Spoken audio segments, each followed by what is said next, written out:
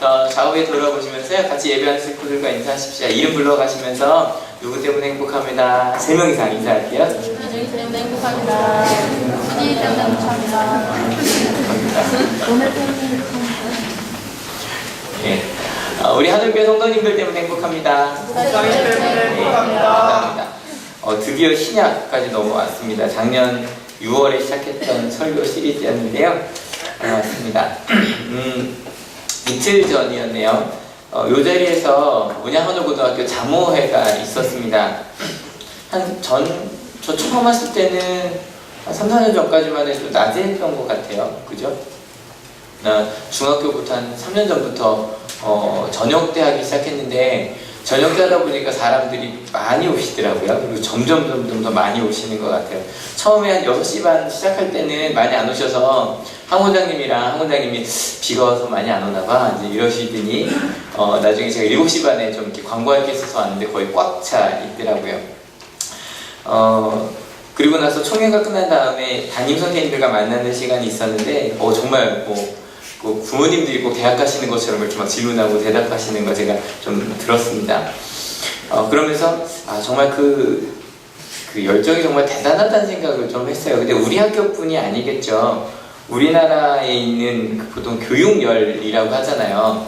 한자로 보면 그 마지막에 열자가 진짜 말 그대로 그 뜨거운 열기 할 때 그 열자거든요.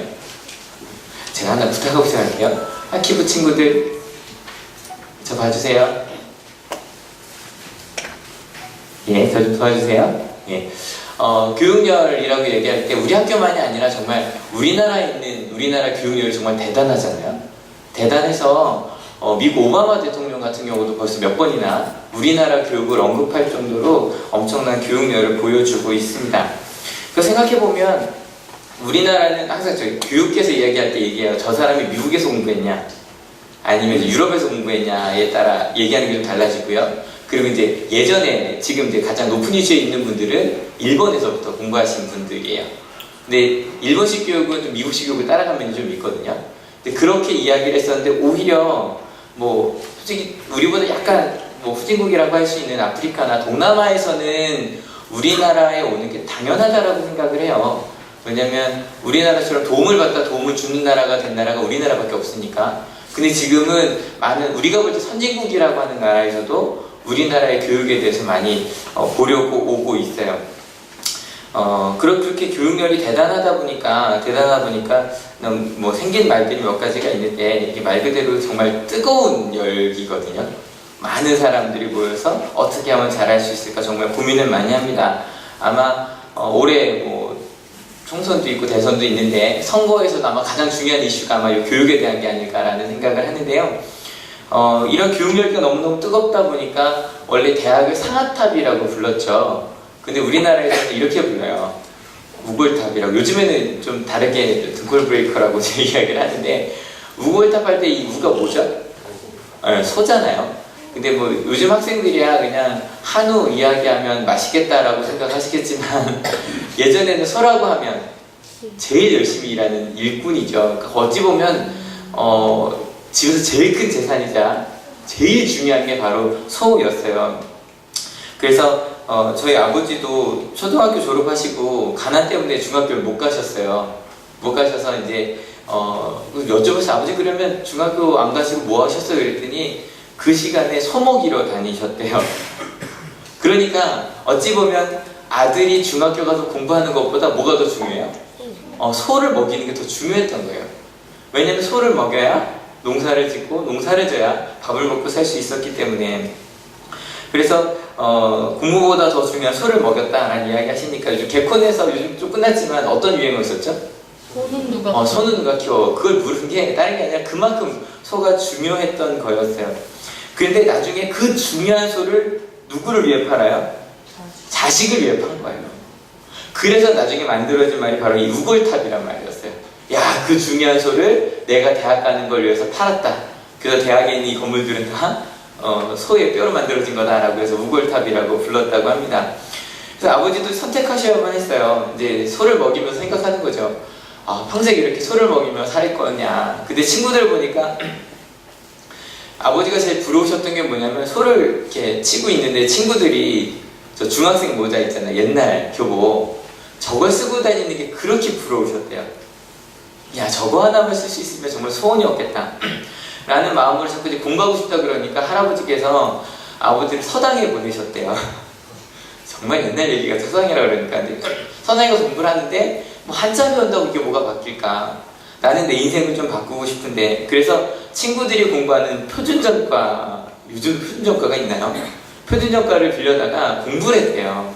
근데 이제 할아버지 할머니께서 아버지의 그 모습을 이렇게 보시고 나서 좀 짠하시니까 아버지 기억에 이렇게 아버지가 자고 있는 줄 알고 두 분이 얘기하시는데 이렇게 얘기하셨대요. 저희 아버지 성함이 이자충자 기자시거든요. 충기 시험이라 좀 보게 할까? 보게 해도 대학, 중학교, 대학가 이제 중학교 못 가게 하는데 어떡하냐고. 저렇게 소원인데 그래도 시험이라도 좀 보게 하자고. 근데 아버지가 조용히 이렇게 자는 척하고 들으시면 너무너무 기뻤다고 또 열심히 공부해서 중학교 시험을 보셨답니다. 근데 봐서 붙었어요. 근데 붙었는데 그러니까 이제 더 어떡하고 싶어요? 다니고 싶은 거예요. 그러니까 시험만 보기로 했거든요. 근데 할머니가 이렇게 쌈짓돈 갖고 있던 걸로 아버지한테 저 모자를 선물해 주셨대요. 모자라도 써보라고. 가라는 거 아니고 모자라도 써보라고. 근데 모자를 받으니까 더 마음이 아픈 거예요. 야, 이 모자를 쓰고 난 가지도 못하는구나. 그런 마음으로 갖고 있는데 어느 날 할아버지가 오시더니 학교 가. 그랬더니 왜? 무슨 얘기예요? 그랬더니 할아버지가 1년 동안 할 일을 하기로 해놓고 돈을 미리 받으셨대요. 그래서 이제 중학교를 다니기 시작하신 거예요. 근데 여러분 어땠을까요? 그렇게 해서 중학교에 갔으니까 정말 열심히 했겠죠? 아니요, 그렇지 않았대요. 가서 원래는 마음은 내가 가서 정말 장학금 타야지라는 마음으로 갔는데 여기 학생들도 아시죠? 3월 달에 어떤 마음이에요? 진짜 열심히 공부해야지. 아마 중1, 고1 다 마찬가지일 거예요. 고3도 마찬가지죠. 4월쯤 되면 무슨 생각해요? 내가 이번 중간고사 정말 밤잠 안 자면서 공부할 거야. 5월달 되면 무슨 생각하죠? 기말고사는 잘 봐야지. 중간고사 못 봤거든요. 계속 그러니까 저희 큰 고모가 그걸 보니까 너무 속이 상하는 거예요. 왜냐면 저희 큰 고모, 큰아버지는 다 초등학교밖에 못 나오셨거든요. 야, 우리가 다 너 때문에 대학, 나이가 많으시지만 네가 유일하게 우리 집에서 중학교 가는데 그렇게 공부하면 어떠냐 하면서 울면서 때리시더래요. 그걸 보고 아버지가 좀 충격을 받으셔서 야, 이렇게 살면 안 되겠다. 그래서 정말 영화에 나올 만한 얘기가 이제 진행이 됩니다. 학교까지 가는 데가 저희 아버지가 이제 황골이라고 논산에 사셨는데 이렇게 논산 훈련소 가신 분들은 거기에요. 저희 아버지가 훈련소 다니시다가 할머니 몇 번 뵀다고 그러시더라고요. 거기 사셨는데 그 학교는 논산에 있는 대공고등학교. 나름 좀 유명하죠. 그래서 대공고등학교를 다니시는데 1시간 반 정도를 그러니까 편도가 1시간 반. 근데 다니는데 그 길이 너무 시간이 아까운 거예요. 그래서 정말 이렇게 책을 펴고 읽으면서 공부하면서 다니셨다고. 비가 오면 비닐을 씌워서 젖으면 책은 너무 비싸니까 젖으면 안 되니까 이렇게 공부하며 다니셨다고. 그래서 한 중2부터는 이제 장학금 받고 그런 다니셨다는 이야기를 제가 들었어요. 근데 그러면서 열심히 공부하셔서 실은 대학 가셨는데 대학 가셔도 실은 원래 중대 법대에 들어가셨거든요. 돈이 없어서 등록금을 내지 못하고 바로 군대로 가셨고 제대하고 난 다음에 이제 큰아버지한테 얘기해서 형, 내가 이 밭은 내 학비로 쓸 거야. 그러고 정말 열심히 농사 지셨대 1년 동안. 근데 딱 걷어들이려고 하는데 이미 거기가 다 저당이 잡혀 있었던 거예요. 저희 큰아버지가 말하지 않고 그냥 일만 시킨 거예요. 그래서 어쩔 수 없이 그 장학금 준다고 하는 신학교로 가셔서 목사님이 되셨다는 얘기를 들었는데, 그래서 저희 아버지는 정말 그 시골에서 대학을 갈 수 없는 시절에 온 가족이 지원해 줬잖아요. 그래서 저희 작은아버지가 대학을 못 가셨거든요. 공부를 가셨어요. 왜냐면 우리 춘기가 가야 하니 너는 돈을 벌어야 된다. 그래서 지금도 저희 아버지랑 작은아버지 정말 각별하세요. 그 마음을 아직까지 그 미안한 마음을 가지고 계시더라고요. 근데 이런 이야기를 나누고 봤더니 실은 부모님만 열정이 있었던 게 아니죠. 그죠? 제가 여기 거룩한 물만이라고 표현을 했는데 실은 저희 할머니, 할아버지도 또 저희 아버지도 그냥 이대로 살아가는 것, 그 현실을 좀 바꾸고 싶으셨던 거예요. 그래서 단순히 교육열이라고 할 때 우리나라의 교육열은 치맛바람이라 그러죠. 어머니, 아버지의 교육열만 얘기하는 게 아니라 진짜 학생들도 야, 내가 이렇게 공부하는데 어머니, 아버지가 나를 소를 팔았는데 내가 어찌 가만히 있을 수 있을까? 그래서 정말 열심히 공부를 했고요. 그래서 지금 대학교에 계신 좀 50대 넘어가신 분들은 절대로 집이 넉넉해서 유학하신 게 아니었어요. 정말 힘들게. 지난주에도 뭐 JYP에서 왔다 그러니까 저도 그게 관심을 가졌었는데 그 친구가 30살이거든요. 근데 그 친구가 일본에서 어떻게 유학을 했냐면 신문 돌리면서요. 하루에 5시간씩 신문을 돌렸대요. 근데 일본은 그렇게 어려운 일 잘 안 하려고 하니까 5시간씩 신문 돌리면 연봉, 그러니까 한 달에 한 350만 원 받았다 그러더라고요. 그래서 그걸로 목사님 저 지금 실은 지금보다 제 학교는 지금보다 신문 돌릴 때가 더 넉넉했어요 라고 얘기하는데 그렇게 해서 공부했어요. 예, 근데요 상황이 어렵다고 모두가 열정을 가져야 안 가져요? 그건 아닌 것 같아요. 근데 우리 민족의 장점 중 하나는 뭐냐면 이런 게 있어요. 좀 우리가 남들과 비교하는 걸 좀 나쁘다고 많이 이야기하는데 반대로 이야기할 때 그것도 장점이라고 이야기합니다. 이런 거 있죠. 남들만큼은 해야지. 솔직히 남들만큼만 해야 돼. 조금 더 잘해야 돼요. 조금 더 남들보다 조금 더 잘했으면 이라는 마음이 있어서 아마 지금 손 한번 들어볼게요. 지금 스마트폰 갖고 계신 분 한번 손 들어주세요. 아이폰 포함해서 예, 내려주세요. 이게 대단한 거거든요. 제 아르헨티나에 있는 제 후배가 딱 가서 갤럭시 2를 우리는 사고 갔대요. 갤럭시 2를 아르헨티나에 딱 꺼냈더니 사람들이 그러더래요. 가쁜가 보다고. 어떻게 샘숭이라 그러죠. 그 핸드폰 쓴다고 잘 사나 보다고. 그렇게 남보다 조금 더 나은 것들 가지려고 하는 그런 마음 때문에 IT 쪽도 그렇고 핸드폰도 그렇고 교육도 그렇고 굉장히 열심히 조금 더 잘하려고 하는 마음이 있어서요. 여러분 중에 혹시 여기 앞에 있는 열정이라는 글자 못 읽으시는 분 손 들어보세요. 한 분도 안 계시죠? 한 분도 안 계시죠? 이게 대단한 일이거든요. 글자를 여기 앉아있는 모든 사람이 읽을 수 있다는 것. 그런 나라가 될 수 있었답니다. 근데 우리나라보다 먼저 교육적으로 주목되고 있는 나라가 있었어요. 어디예요? 네, 유대인이었어요. 이스라엘이었어요. 뭐 이런 얘기 많이 해서 저도 많이 썼어요.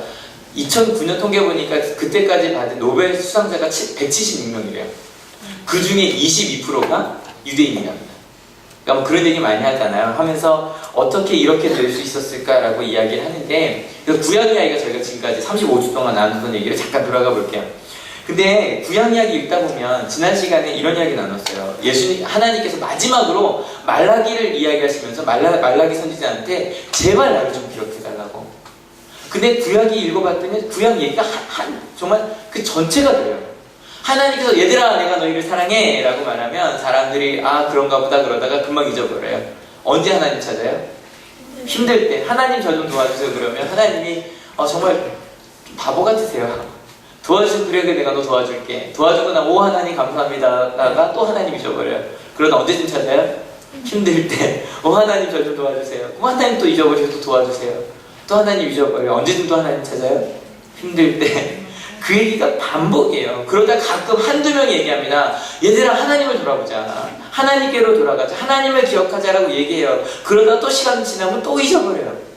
근데 이런 구약을 읽다가 제 마음속에 큰 질문이 하나가 생겼어요. 어떤 질문이 생겼냐면 지난주에도 잠깐 나눴던 얘기인데요. 여러분 신약 이야기 많이 들으셨잖아요. 설교도 주로 신약하니까 신약 이야기 중에 막 사람들이 하나님을 버리고 막 이랬던 이야기 기억나세요? 거의 안 나시죠? 거의 안 나시죠? 너무 달라요. 저희가 지금 35주 동안 읽었던 구약 이야기와 예수님 시대는 전혀 달라요. 전혀 달라요.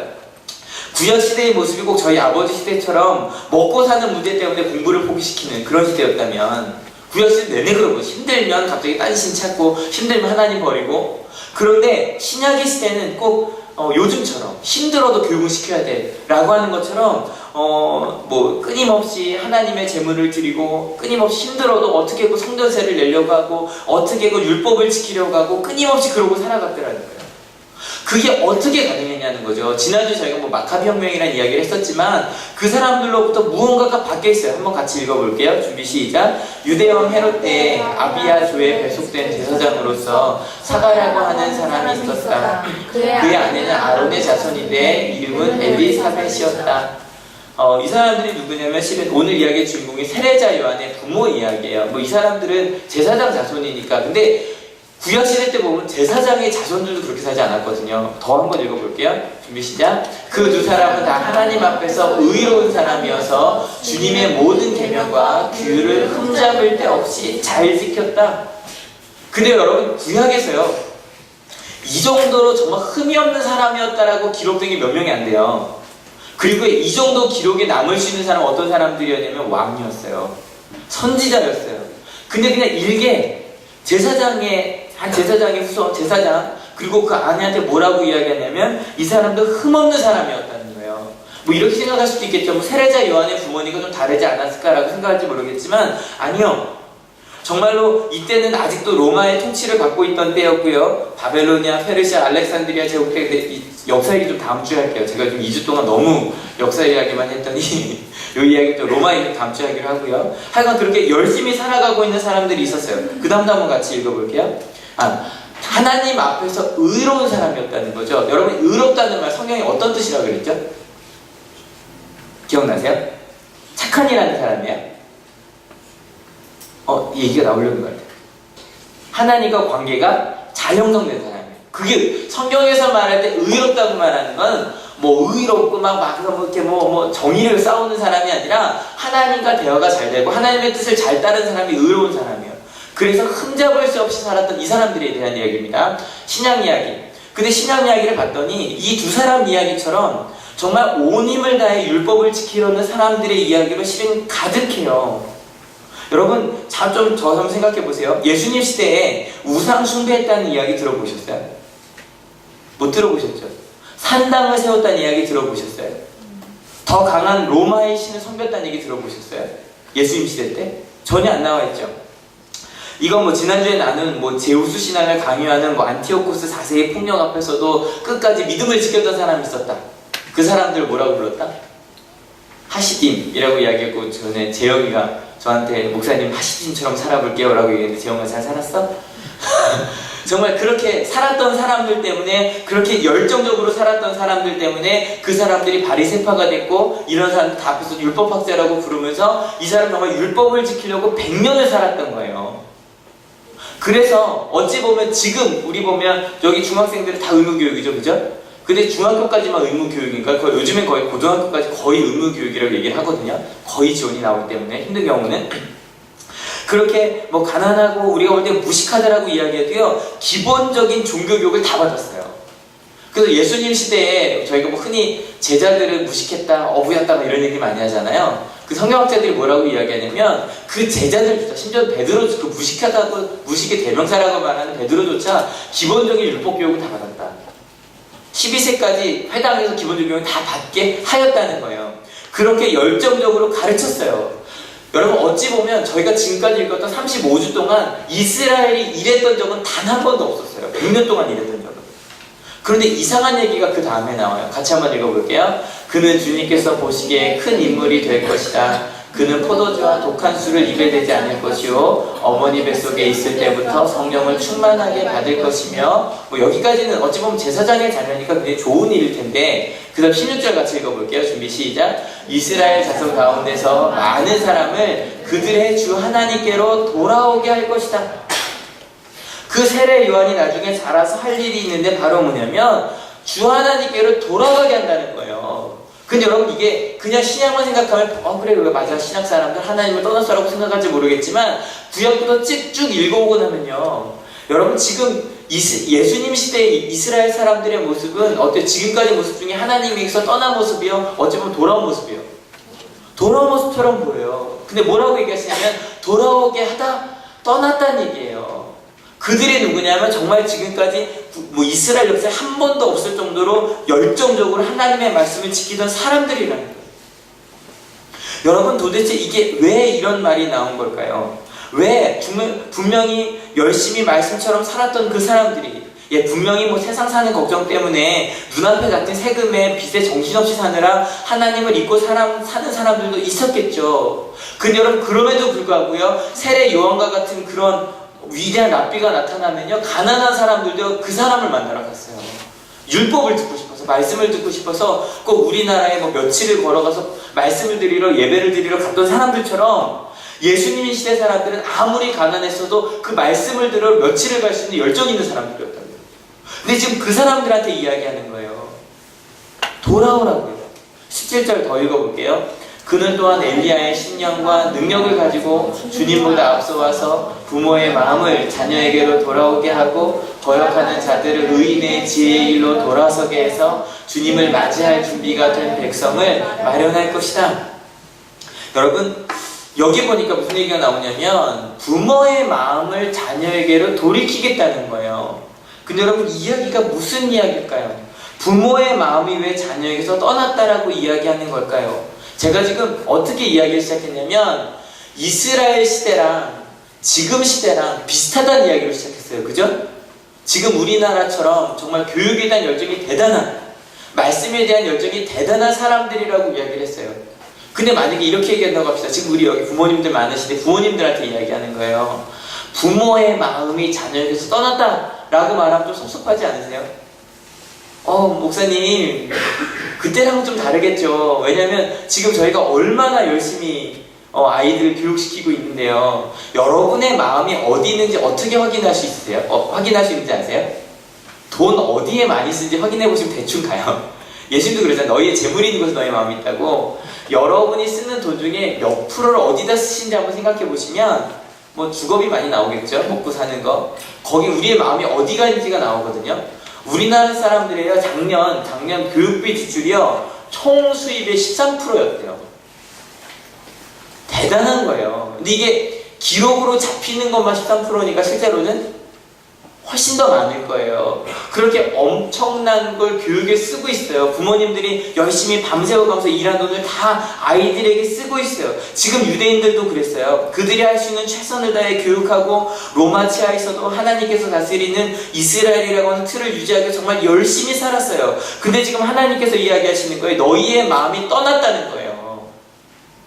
부모의 마음이 자녀에게서 떠났고 너희의 마음이 나 하나님에게서 떠나 있다라고 이야기하는 거예요. 여러분, 도대체 그게 뭘까요? 도대체 부모의 마음이 어디로 갔길래, 무엇이 문제이길래 2000년 전 이스라엘과 지금 우리나라 교육, 아니 교육만이 아니죠. 우리 가정들의 문제, 우리의 문제는 뭐가 잘못된 것일까요? 아무튼 그렇게 예언을 들었던 세례자 요한이 태어났어요. 태어나자 그 아버지가 다시 한번 예언을 하기 시작하는데 같이 한번 읽어볼게요. 준비 시작. 아가야, 너는 더없이 높으신 분의 예언자라 불릴 것이니 주님보다 앞서 가서 그의 길을 예비하고 죄사함을 받아서 구원을 얻는 지식을 그의 백성에게 가르쳐 줄 것이다.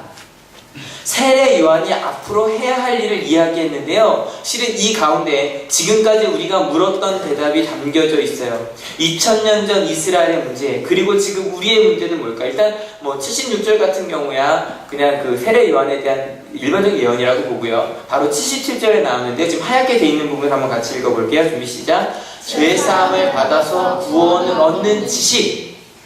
세례 요한이 와서 가르쳐 줄 게 바로 요걸 하는 거거든요. 근데 이 말이 좀 애매하죠. 어떻게 해석할지. 그래서 원어를 보고 막 고민하면서 좀 원어 있는 그대로 해석해보면 이렇게 해석하는 게 더 나아요. 같이 한번 읽어볼게요. 죄를 용서받음으로 이루어지는 구원. 요것만 이해하시면요, 오늘 제가 받은 일 여러분도 가지실 수 있을 거예요. 죄를 용서받음으로 얻어지는 구원이 뭘까? 여러분, 요걸 좀 이렇게 좀 나눠볼게요. 그러면 죄 사함을 받아서 구원을 얻는 지식을 바꿔 한번 생각해 봅시다.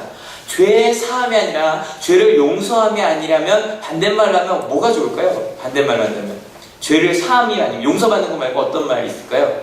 죄를 용서하다 반대말. 죄를 용서하다 반대말. 용서하지 않다. 또 좀 더. 무관심. 박준호 권사님 크게 한번 얘기해주세요. 예? 박준호 권사님 얘기해주세요. 죄의 짐을 지우게 한다. 죄의 짐을 지우게 하다. 죄를 지우게 한다. 거의 비슷해요. 전 이렇게 생각했거든요. 죄값을 치르는 거예요. 맞죠? 죄를 용서하든지 죄값을 치르게 하는 거죠. 그죠? 근데 그 전까지 이스라엘 사람들은 뭐밖에 몰랐냐면 죄값을 치루어야 얻는 구원밖에 몰랐다는 거예요. 그러면 이게 무슨 이야기일까? 여러분, 죄값을 치르는 것. 그 당시 사람들은 굉장한 열정을 가지고 있었지만 다 그 열정이 뭐였냐면 죄값을 치르게 하는 구원이었어요. 너 이렇게 잘못했어. 이렇게 잘못했으니까 넌 이렇게 해야 돼. 넌 이런 벌을 받을 거야. 넌 이렇게 잘못했으니까 나중에 이렇게 될 거야. 너의 결과는 이렇게 될 거야. 그런 죄에 대한 보상과 형벌만을 가르쳐 줬다는 거예요. 여러분, 작년 6월 26일부터 시작한 성경 이야기가 36주 만에 드디어 신약으로 넘어왔는데요. 여러분, 실은 저 구약 특별히 지난 5주간 포로기 얘기하면서는 저 신학교 다닐 때보다 더 열심히 공부했던 것 같아요. 진짜로요. 그랬던 거 느껴지시죠? 그저께군요. 우리 김은진 간사님이 요즘에 학교에서 배우는 게 딱 그때더라고요. 너무 신나갖고 은진 간사님 맞춰놓고 1시간 동안 제가 강의를 했어요. 이스라엘 역사를. 근데 막 그렇게 하면서 제가 깨닫게 된 것들이 있는데, 여러분 이 구약 이야기에서 여러분 누가 제일 인상 깊게 남으셨어요? 누구 혹은 어떤 사건? 딱 생각나는 거 있으세요? 제발 있다고 얘기해 주세요. 저는 누가 남았냐면 저는 하나님의 마음이에요. 수많은 사람들의 이야기를 하는데 그 중에 제 마음 가운데 딱 남은 건 하나님의 마음이었어요. 끊임없이 분명히 지금 구약시대보다 예수님 시대 유대인들은 말씀대로 살려고 노력했고요. 생활과 경제, 정치, 교육까지 하나님을 중심으로 살려고 했어요. 근데 그들이 원했던 건 뭐냐면, 그래 내가 하나님 앞에 문제가 없어야지, 내가 문제가 없어야지, 하나님 앞에 내가 잘못된 행동은 하지 말아야지, 벌받을 행동은 하지 말아야지, 그 생각으로 살았어요. 근데 구약 읽었던 아까 나눴던 하나님의 마음은 어때요? 아무리 잘못했더라도 내가 돌아가기만 하면 그래 네가 나한테 왔구나 받아주시는 게 하나님의 마음이었거든요. 그 마음을 몰랐던 거예요. 여러분 78절 79절 같이 읽어볼게요. 이것은 우리 하나님의 자비로운 심정에서 오는 것이다. 그는 해를 하늘 높이 뜨게 하셔서 어둠 속과 죽음의 그늘 아래에 앉아있는 사람들에게 빛을 비추게 하시고 우리의 발을 평화의 길로 인도하실 것이다. 여러분 끊임없이 그 사람들 마음속에 이 마음, 여기 자비로운 심정이라고 나오잖아요. 분명히 하나님은 우리를 벌주시려고 하시는 분이 아니라 우리 가운데 하나님의 뜻을 보여주셔서 우리를 용서하려고 하는 분이시라는 걸 믿으십니까? 근데 여러분 그거를 몰랐다는 거예요. 여러분 혹시 결벽증 있으시면 손 한번. 아무도 안 드시겠죠. 근데 결벽증이 뭔지 아시죠? 한자로 보니까 한자가 되게 재밌더라고요. 깨끗할 벽에 버릇 벽자예요. 깨끗한 버릇이 결벽이에요. 근데 제가 배웠던 교수님 중에 한 분이 자기 스스로가 자기가 결벽증이라고 얘기하는 분이 계셨는데, 그분이 빵을 볼 때 어떻게 드시냐면 빵을 이렇게 잡고 꼭 이렇게 잡고 드세요. 포즈가 이렇게 드세요. 그리고 욕은 버려요. 그리고 교수님 커피 드세요. 그리고 커피를 드리면 막 가져가셔서 자기 컵으로 따라 드세요. 방은 굉장히 지저분한데 항상 꼭 그렇게 드시는 분이 계셨어요. 악수도 잘 안 하세요. 방은 더러웠어요. 항상 얘기하세요. 사람들이 자기 방이 더럽다고 하는데 자기는 100% 찾을 수 있다고. 항상 그런 분이 계셨는데 저희 그 전설이 계셨어요. 감신대. 아무튼 근데 여러분 결벽증이 있으면 뭐가 문제인지 아세요? 결벽증이 있는 사람들이 악수를 하자고 손을 내밀어요. 손이 보여요? 아니면 거기에 묻은 먼지가 보여요? 먼지가 보여요. 그것밖에 안 보여요. 아무리 사람이 와서 저 좀 너무 힘들어요 막 울면서 와도 뭐밖에 안 보이냐면 눈물 닦아줘야 되는데 그것밖에 안 보여요. 먼지랑 얼룩밖에 안 보여요. 심지어는 결벽증 걸린 사람은 막 울면서 안아주고 이렇게 하면 안 되는데 이 생각까지 들어요. 그 사람을 마음을 볼 수 없어요. 여러분 무엇이 잘못됐는가를 찾다 보면 우리 비폭력 대할 때 얘기 많이 했잖아요. 절대로 그 사람의 마음까지 닿지가 않아요. 여러분 어찌 보면 우리의 교육도 그런 것 같아요. 부모의 마음이 자녀에게서 떠나는 건 자녀에게 신경을 많이 써요. 근데 어떤 신경만 쓰냐면 자녀의 손에 있는 얼룩만 보는 거예요. 자녀의 손에 들려있는 어떤 성적표만 보는 거예요. 마음에 닿지 않는 거예요. 우리나라의 교육도 잘못된 것들만 보여. 제가 지난주에 그 말씀드렸죠. 엄마 아빠 때문에 행복합니다라고 숙제 주는 주가 지난주거든요. 근데 이번 주에 이제 물어봐요. 애들아 집에 가서 엄마 때문에 행복합니다, 아빠 때문에 행복합니다 말했더니 뭐라고 하시지? 라고 얘기했는데 제가 좀 안타까운 건 뭐냐면 매년 이 숙제를 내는데요. 시간이 지나면 지날수록 부모님들의 반응이 좀 더 삭막해져요. 한 2, 3년 전만 해도 엄마 때문에 행복합니다, 아빠 때문에 행복합니다 그럼 놔두라고 얘기하는 분이 꽤 많으셨거든요. 근데 지금 애들 물어보면 욕하시는 분들이 정말요. 엄마 때문에 행복합니다 그랬는데 여기서 담을 수 없는 욕을 하시는 분들이 꽤 많으시더라고요. 아빠는 이러죠. 아빠한테는 저는 바로 용돈 주는 아빠도 있고 행복하다는데 왜 용돈을 주는지. 여러분 그 이유 왠지 아세요? 우리 자녀들이 언제면 엄마 사랑해 언제 했어요? 용돈 줄 때. 행복하다고 하니까 용돈 달라는 거구나 그러고 주는 거예요. 뭔가가 좀 잘못됐어요. 마음이 연결이 되지 않아요. 아이가 진짜로, 왜냐면 저희가 수업 시간에 약간 눈물 나게 제가 첫째 시간에 하거든요. 감동적으로 얘들아 엄마 때문에 정말 행복하지 딴 것 때문은 아니잖아. 애들이 눈물 찔끔 흘리고 이제 집에 가서 정말 사랑하는 마음으로 엄마 때문에 행복합니다 딱 말했는데 이런 생각을 하는 거죠. 내가 그 말을 들을 일이 뭔가 했나? 아니면 얘가 어떤 목적이 있어서 이런 얘기를 하나? 아니면 내가 그렇게 못했다는 책망으로까지 들리는 거예요. 그러니까 욕이 나오는 거예요, 자녀한테. 여러분, 그러다 보니까 그 마음에 닿는 거 우리가 하지 못하다 보니까 심지어는 설교 시간에 얘들아 하나님이 진짜로 너희를 사랑하셔, 아니면 여러분 하나님이 정말 여러분을 위해 십자가에서 죽으셨습니다 라고 말해도 우리 마음에 어떤 생각이 드냐면 에이 나 같은 걸 위해서 나랑 무슨 상관이 있다라고 그렇게 생각하게 되더라는 거예요. 근데 여러분 꼭 기억해 주십시오. 같이 한번 읽어볼게요. 준비 시작. 죄 사함으로 얻는 구원, 죄를 책망하고 죄값을 치르게 하는 게 아니라 있는 죄를 그냥 용서해 줌으로 얻어지는 구원이 우리 가운데 있다는 거예요. 믿으십니까? 여러분 이 마음이요. 잘 생각하고 아멘 해주세요. 여러분 부족해도 사랑받을 수 있어요. 믿으십니까? 네. 다시 한번. 죄인이어도 용서받을 수 있어요. 믿으십니까? 네. 내가 죄인이어도 용서받을 수 있어요. 믿으십니까? 네. 그게 바로 지금 하나님께서 세례 요한에게 네가 예수님이 오시기 전에 메시아가 오기 전에 네가 준비시켜야 될 게 있는데 바로 뭐냐면 죄 사함으로 얻는 구원을 가르쳐 주어야만 한다는 거예요. 실은 이번 주 목요일 날이요, 저 개인적으로 천국과 지옥을 오갔다고 하죠. 제가 그랬어요. 제 개인적으로, 완벽하게 제 개인적으로.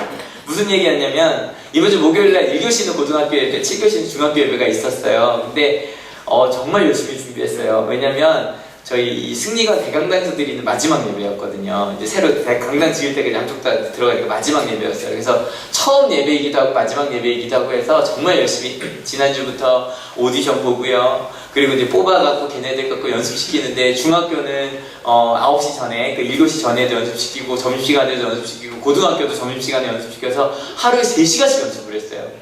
그렇게 하루에 3시간씩 한 열흘을 연습을 해갖고 딱 정말 열심히 영상 편집도 쉬는 시간마다 계속 해갖고 했어요. 1교시에 고등학교 예배하는데요. 여기 오셨던 분들 아실 텐데 정말 좋았죠. 정말 좋았어요. 심지어는 우리 학교 처음 그러니까 온양하늘 중학교가 아니면 학교 예배를 처음 들어보니까 그리고 다른 학교 학생들이 막 사이버즈나 거기에 막 서로 달았대요. 너무 좋았다고. 심지어 교회 안 다니는 아이들까지도 하늘고등학교 예배 너무 좋다고 감동적이라고 막 그렇게 글을 달았대요. 그런데 7교시가 됐었는데 7교시 전에 중학교 예배 드리기 전에 중간중간에 보니까 이제 중학교 촬영은 제가 안 하거든요. 근데 봤더니 편집을 다 했는데 지금 마지막 편집은 화요일에 받았거든요. 근데 화요일, 수요일 영상 편집을 한 거예요. 했는데 보니까 빠진 선생님이 3분이 계신 거예요. 그래서 빠진 선생님들 거 밤에도 영상, 김희 선생님 거 밤에 받고 다른 선생님들 거까지 해갖고 점심시간 밥도 못 먹고 영상 편집을 해갖고 영상 편집 보여드리려고 하고 딱 갔어요. 6교시부터 가서 준비하는데 너무 감사한 건 우리 중학교 청소년 선교회 예배팀들이 너무 열심히 잘하는 거예요. 정말로. 전 일꾼들이 나가고 나니까 좀 걱정을 했는데 너무너무 잘해서 하여간 너무 그런 마음으로 섰는데요. 실은 작년까지는 예배할 때 어땠냐면 예배할 때 저희 교회 사역자들이 다 와 있었어요. 간사님 2분, 교육사님, 전도사님 다 와 계시고 고등학교 찬양단들이 다 와서 대기하고 있으니까 눈짓 하나만 달려가는 사람들 10몇 명이 예배를 대기하고 있었거든요. 그리고 중3 애들이 저를 많이 도와줬었는데 다 고등학교로 간 거예요. 중간에 뭐가 문제가 하나 생겼는데 아무도 움직여준 사람이 없는 거예요. 저 혼자 앞에 있는데. 그리고 심지어는 학생들이 20분에 시작해서 제가 10분까지 와달라 그랬는데 한 반이 25분에 온 거예요. 45분밖에 없는데. 늦게 와서 그것 때문에 분위기 더 막 이렇게 되고 막 그렇게 시간이 지나갔어요. 막 중간에 뭐가 꺼지고 뭐 안 내고 그래서 제가 여기다가 그 컴퓨터까지 달려가고 그런 일들이 계속 반복이 되는 거예요. 정말 열심히 준비했는데. 심지어는 정말 김희 선생님이 정말 재밌게 찍어서 보내주셨거든요. 뿌잉뿌잉까지 해가면서. 근데 김희식 선생님 영상 시작하다 딱 끊기는 거예요. 제 마음속에 정말 울고 싶었어요. 그 위에서 울고 싶었어요. 이것저것 안 되고요. 뭐 설교는 잘 됐지만 원고에 막 거기 이것저것 덕지덕지 붙었고 떨어지지도 않고 막 그런 일들이 계속 있는 거예요. 분명 끝나고 나서 청소선교회 애들이랑 평가를 했더니 다 그러더라고요. 작년보다 아이들이 정말 찬양도 잘해주고 잘 따라왔고 설교도 잘 들어줬다고 자기들 너무 좋았다고 얘기하는데 저 혼자 너무 아쉬운 거예요. 너무 아쉬운 거예요. 혼자 계속 그 생각했어요. 한 번만 더 확인해 볼 걸. 한 번만 더. 왜냐면 2학년 영상을 제가 밤에 그 12시에 딱 렌더링을 걸어놓고 새벽 3시부터 2, 3억 영상을 만들기 시작을 했거든요. 한 번만 확인해볼까? 마음속도 이런 생각 드는 거야. 그때 누가 있었으면 이거 한번 확인해보라고 했을 텐데 그 한 사람이 없어서 막 그 마음도 안타깝게 들고 막 중간에 배터리도 나갔어요. 근데 예전 같으면 배터리가 딱 나가면 간사님들이 뛰기 시작해요. 배터리 나갔다 그러고. 근데 배터리가 나가도 아무도 몰라주는 거예요. 그래서 그냥 기타도 못 치고 하고 막 그런 생각 하는데 제 마음이, 그 정말 제 마음이 너무너무 힘들었어요. 그래서 우리 중학교 선생님들한테 제가 다 쪽지를 보냈고 너무 죄송하다고 제가 편지를, 제 마음이 너무 힘들어서 선생님들한테도 죄송하고 학생들한테도 죄송하고 그런 정말 너무너무 무거운 마음을 하룻밤을 보냈어요. 그 무거운 마음을 하룻밤을 보내고 그 다음날 새벽 말씀을 준비하는데 새벽 말씀, 새벽 기도 오신 분들은 알아요. 새벽 기도 말씀이 뭐였냐면 예수님께서 하셨던 일들과 해주셨던 말씀을 기억하라는 거였어요. 지난주 설교 시간에도 실은 제가 제 마음속에 어느 순간인가 하나님의 그 죄사함으로 받는 구원을 잊고 있는 저를 발견했어요. 제가 지난주에 죄송하다 말을 좀 공개적으로 하려고 했는데 우리 학기부 친구들한테 되게 많이 뭐라고 한 거예요. 여러분 저는 그 정도면 진짜 뭐라고 많이 한 거예요. 근데 하고 났는데 너무 미안한 거예요. 왜냐면요 이 친구들이 여기 와 있는 것만 해도 대단한 거예요. 하나님이 정말 기뻐하실 거예요. 이 가운데는요 아직 뭐 내가 교회 왜 나와야 되는지 모르는 친구들도 많아요. 그런데 와서 앉아있어요. 하나님 너무너무 기뻐하지 않으시겠어요? 근데 제 마음속에 왜 저러지? 저러면 안 되는데 그런 마음이 자꾸 제 가운데 있는 거예요. 자꾸 화가 나고 힘이 든 거예요. 그리고 실은 그 목요일날 예배를 드리고 나서도 자꾸 제가 저 자신을 용서하지 못하는 거예요. 왜 그 반은 늦게 왔지? 왜 그때 그건 안 했지? 이건 왜 내가 딴 사람한테 부탁하지 못했지? 막 그 마음 때문에 너무너무 힘든 거예요. 근데 말씀을 준비하고 전하는데 하나님께서 저한테 이성준 목사 예전에 있었던 일들을 기억해봐. 내가 너한테 해줬던 말을 기억해봐 그랬는데 여기 아실 거예요. 온양하늘 고등학교 예배가 그것보다 못하면 못했지 더 낫진 않았었거든요. 근데 그렇게 제가 1교시 예배를 드리고 너무너무 행복합니다 말할 정도로 바뀌었거든요. 예전에 있었던 일들을 기억해봐. 바뀌었잖아. 함께 할 거잖아. 기억해봐. 영상이 잘 되고 아무도 떠들지 않고 찬양을 다 하면 그럼 내가 행복할까? 아니, 그냥 나는 너희들이 나와 있는 것만으로도 행복해. 너 혼자 자책하지 마. 괜찮아. 말해주는데 저 혼자 앞에 이제 주기도문 외우잖아요. 마지막에 새벽 때 주기도문 외우거든요. 외우는데 끝을 제가 못 맺겠는 거예요. 너무 감사하죠. 너무 감사해서 그냥 그래서 주기도문 빨리 끝내버리고 혼자 저 아시죠? 옆에 가면 제 요즘 숨는 공간이 있거든요. 글로 들어가서 정말 목 놓아 운다는 말이 뭔지 정말 오랜만에 다시 한번 목 놓아 하나님 앞에서 울었어요. 그냥 하나님이 그러시는 것 같았어요. 이성준 목사 괜찮아. 난 이미 영광 받았고 이미 너희의 찬양을 받았고 이미 너희의 예배를 받았어. 너희가 실수했어도 괜찮아. 더 울었어요. 감사해서 저의 부족함, 실수, 제 안에 여전히 남아있는 미움들, 용서하지 못함들, 연약함 때문에 저는 하나님도 기뻐하지 않으실 거라고 생각을 했던 거죠. 난 왜 이러지? 내가 왜 이렇게 화를 냈지? 막 그것 때문에 제가 너무 힘들었던 거예요. 하나님께서 괜찮아 라고 얘기해 주셨던 거예요. 다시 한번 이 본문 다시 읽어볼게요. 준비 시작. 이것은 우리 하나님의 자비로운 심정에서 오는 것이다. 그는 하늘 높이 뜨게 하셔서 어둠 속과 죽음의 그늘 아래에 앉아있는 사람들에게 빛을 비추게 하시고 우리의 발을 평화의 길로 인도하실 것이다. 여러분 혹시 저처럼 여러분 가운데 하나님의 자비로움을 잊고 있는 분이 혹시 계시진 않으십니까? 부모님들, 혹시 선생님들 내가 부족했다고 내가 자녀에게 조금만 더 잘했으면 어땠을까 자책을 하든 아니면 누구 탓을 하든 여러분 자녀가 나한테 내가 부모님 때문에 행복합니다라고 말해도 혹은 내가 내 자녀에게 내가 너 때문에 행복하다라는 말을 고백을 하지 못하고 계시지 않으십니까? 근데요 이번에 담임 선생님들 영상을 막 편집하는데 몇 년 전만 해도 제가 막 가르쳐드렸고 선생님 끝에 꼭 사랑합니다라고 해주세요. 끝에 꼭 행복합니다라고 해주세요. 끝에 꼭 이렇게 해주세요. 제가 꼭 그 말씀을 드렸어요. 근데 올해는 제가 그 말씀 하나도 안 드렸거든요. 근데 모든 선생님들이 얘들아 너희 때문에 행복해. 사랑해, 화이팅, 축복해라고 얘기를 해주시는 거예요. 여러분, 처음에 너무너무 쑥스러워하시던 분들이 이제는 행복하자고 행복하도록 돕겠다고 공부 잘하는 몇 명만이 아니라 너희가 내 말을 잘 들으면, 너희가 지각하지 않으면 내가 어떻게 하겠다가 아니라 내가 너희가 정말 행복하길 돕겠다라고 얘기하고 계시는 거예요. 왜냐면 시간이 지나서 알게 된 거예요. 그 하나님의 자비로우신 심정을요. 하나님의 자비로우신 심정이 어떤 거냐면, 해가요, 여러분 어때요? 착한 사람들한테만 비춰요? 악한 사람들이 지나가면 막 구름이 따라다니나요? 안 그러죠, 그죠? 안 그러죠? 해는 모든 사람에게 비춰져요. 심지어는 그 마음 가운데 상처 입은 사람이든 아니면 상처를 준 사람이든, 심지어는 죽음의 그늘에 앉아있는 사람에게도 하나님의 빛이 비쳐요. 믿으십니까? 여러분, 아직 어둠이 있고 장애물이 있고 우리를 평화의 길이 언제가 될지 보지 못하지만 그 하나님을 믿을 수 있다면 우리의 발을 어디로 인도하신다고요? 평화의 길로 인도하신 하나님께서 우리 가운데 계신다는 거예요. 믿으십니까? 여러분, 신약 들어왔지만 아직 주인공은 등장하지 않았습니다. 그죠? 예수님 수비 컨티뉴도 그 다음 주로 넘어가겠죠. 예수님 등장하는 건. 하지만 예수님을 만나기 전에 우리가 준비해야 할 것들, 우리 준비해야 될 마음들, 그걸 오늘 우리가 알 수 있었어요. 바로 뭐냐면 믿음이에요. 하나님을 믿는 거예요. 하나님께서 내 가운데 살아계시고, 같이 한번 읽어볼게요. 준비 시작. 죄 사함으로 얻는 구원, 죄를 용서해 주심으로 얻는 구원, 내가 무언가를 잘해서가 아니라 내가 부족함에도 불구하고 우리를 사랑해 주시는 바로 그 구원. 여러분, 이 사순절 어떤 마음으로 살고 계십니까? 이 사순절 정말 그 하나님의 마음에 조금만 더 귀 기울였으면 좋겠어요. 아니, 조금 더가 아니라 정말로 집중해 볼 수 있었으면 좋겠어요. 하나님의 마음에 집중해 볼 수 있었으면 좋겠어요.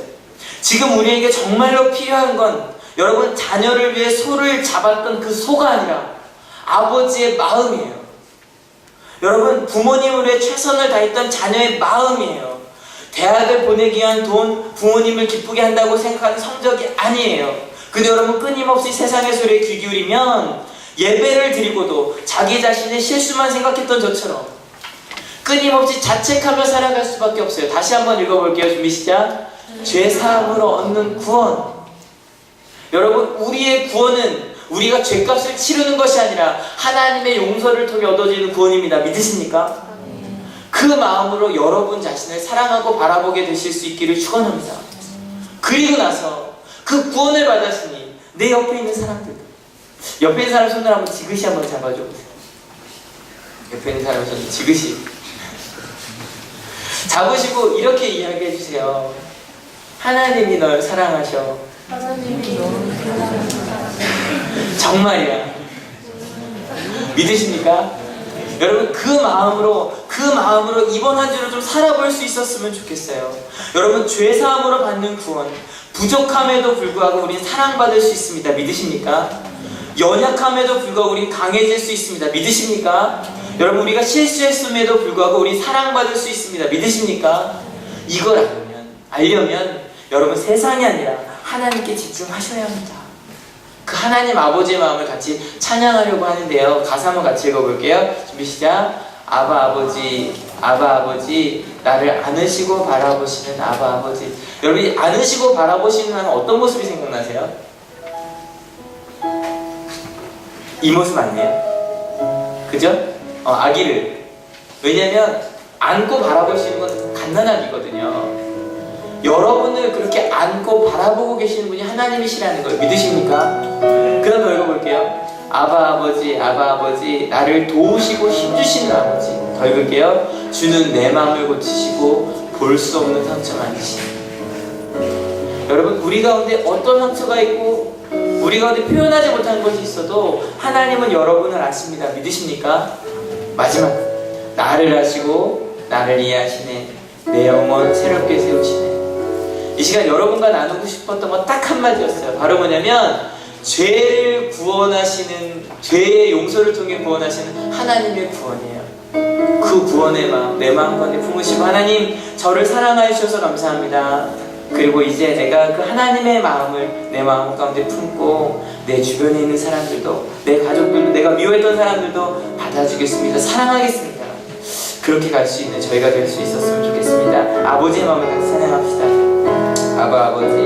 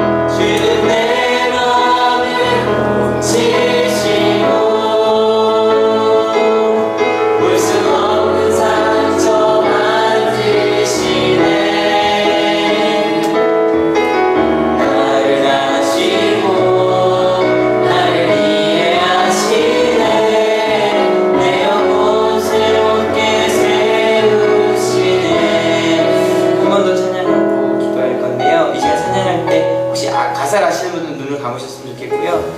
혹시 여러분 마음 가운데 저처럼 자책하셨던 부분들이 있다면, 혹은 남을 비판하시던 부분들이 있다면, 자기를 있는 모습 그대로 사랑하지 못하시던 부분들이 있다면, 혹시 이 가운데 나오셨을 때 지금 여기 처음 나오신 분들 계시거든요. 전 하나님을 잊었었습니다, 떠났었습니다 라는 마음이 있어도 내가 널 알아, 괜찮아, 내가 실수했어도, 네가 부족해도 나는 너를 사랑해, 하나님의 마음을 좀 느낄 수 있는 그런 시간이 될 수 있었으면 좋겠습니다. 제가 가사 불러드릴 테니까 하나님의 눈을 감으시고 고백하는 마음으로 같이 찬양하기 원합니다. 아바 아버지, 아바 아버지, 나를 안으시고 바라보시는, 나를 안으시고 바라보, 아바 아버지, 아바 아버지, 아바 아버지, 나를 도우시고 살리시는 아버지, 힘드시는 아버지, 아바 아버지,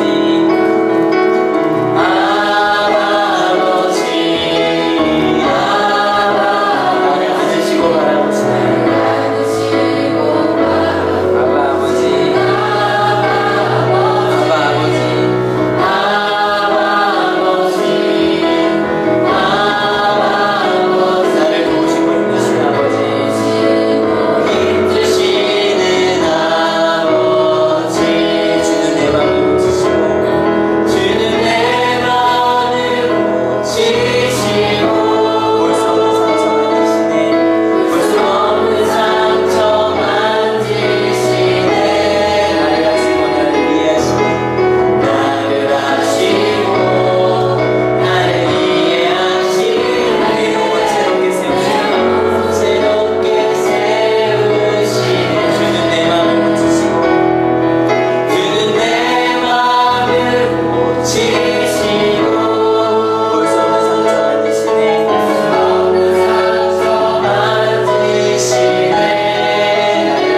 나를 이해하시네, 나를 아시고 나를 이해하시네, 내 영혼 새롭게 세우시네, 나를 아시고 나를 이해하시네, 나를 아시고 나를 이해하시네, 내 영혼 새롭게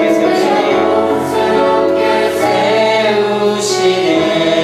이 시간 죄사함으로 얻는 구원을 기억하시면서 묵상하시면서 같이 기도하기 원합니다. 같이 기도하시겠습니다. 하나님, 열정으로 살았습니다. 근데 그것이 죄사함으로 얻는 구원이 아니라, 내가 오늘 사랑을 해주시고 용서해 주시는 하나님의 구원이 아니라, 내가 내 의로, 내 노력으로, 아니면 내가 가진 어떤 것으로 하나님 구원받을 말씀을 잡고 고백합니다. 하나님, 우리 하늘교회가 하나님 다른 구원이 아니라 죄사함으로 얻는 구원을 전하는, 예수 그리스도의 길을 준비하기 위하여 죄사함으로 얻는 구원을 증거하는 하나님, 우리 하늘교회가 될 수 있도록 주님 인도하여 주시옵소서.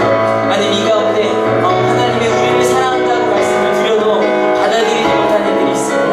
나 같은 일을 어떻게 하나님이 사랑하셨을까? 나는 죄인인데, 나는 이 시간 열심히 듣지 않았는데, 나는 이 시간 아직 하나님을 알지 못하는데, 근데 하나님께 그것이 아무런 문제가 되지 않습니다. 하나님을 몰라도 괜찮습니다. 예수님을 몰라도 괜찮습니다. 예수님이 나를 십자가를 지신 이유를 몰라도 괜찮습니다. 저희가 이 자리에 와 있는 것만으로도, 저희가 하나님을 믿고 싶다라고 생각하는 것만으로도 너무너무 기쁘셔서 춤을 추시는 분이 바로 하나님이십니다. 하나님, 그 죄사함으로 얻는 구원, 나를 용서하시는 구원, 그 아버지의 마음을 저희가 잊지 않게 하여 주시옵소서. 그 아버지의 마음을 내 가운데 느끼게 하여 주시옵소서. 아직 그 아버지의 마음을 느끼지 못한 분들이 이 자리에 계시다면, 하나님 말씀을 통해, 하나님의 능력을 통해, 기도를 통해 하나님을 더 얻게 되는 우리 하늘교회가 될 수 있도록 주님 인도하여 주셔서, 하나님 다른 열정이 아니라 죄사함으로 얻는 구원을 우리 마음에 감사하고 그것에 예배하고 찬양하는 그 열정으로 가득한 우리 하늘교회가 될 수 있도록 주님 축복하시고 인도하여 주시옵소서.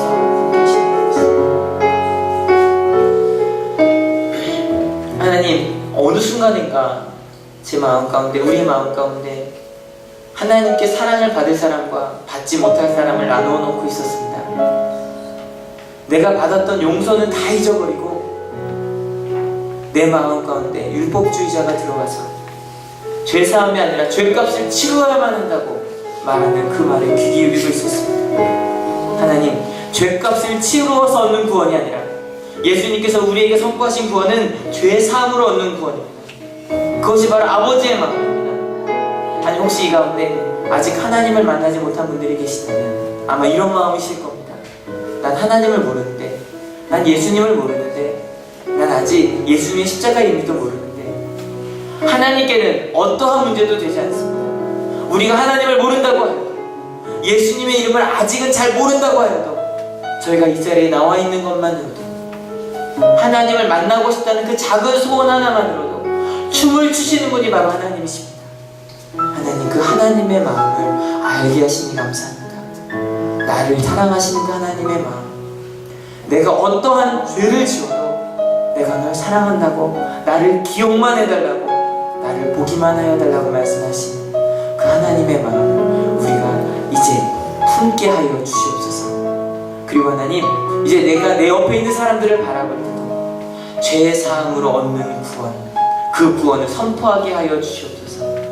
용서하여 주시고 함께하여 주시고 결국에는 평화의 길로 이끌어 주시는 그 하나님의 구원을 선포하는 우리 하늘교회가 되게 하여 주시옵소서. 이 자리에 나와 있는 이들 중에 몸이 아픈 이들이 있습니까?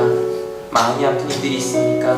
어려움 속에 있는 이들이 있습니까? 하나님, 우리가 그들을 보듬게 하시고 하나님의 사랑으로 품게 하시고 하나님의 평화의 길로 같이 가는 우리 하나님 믿음 공동체, 예배 공동체가 되게 하여 주시옵소서.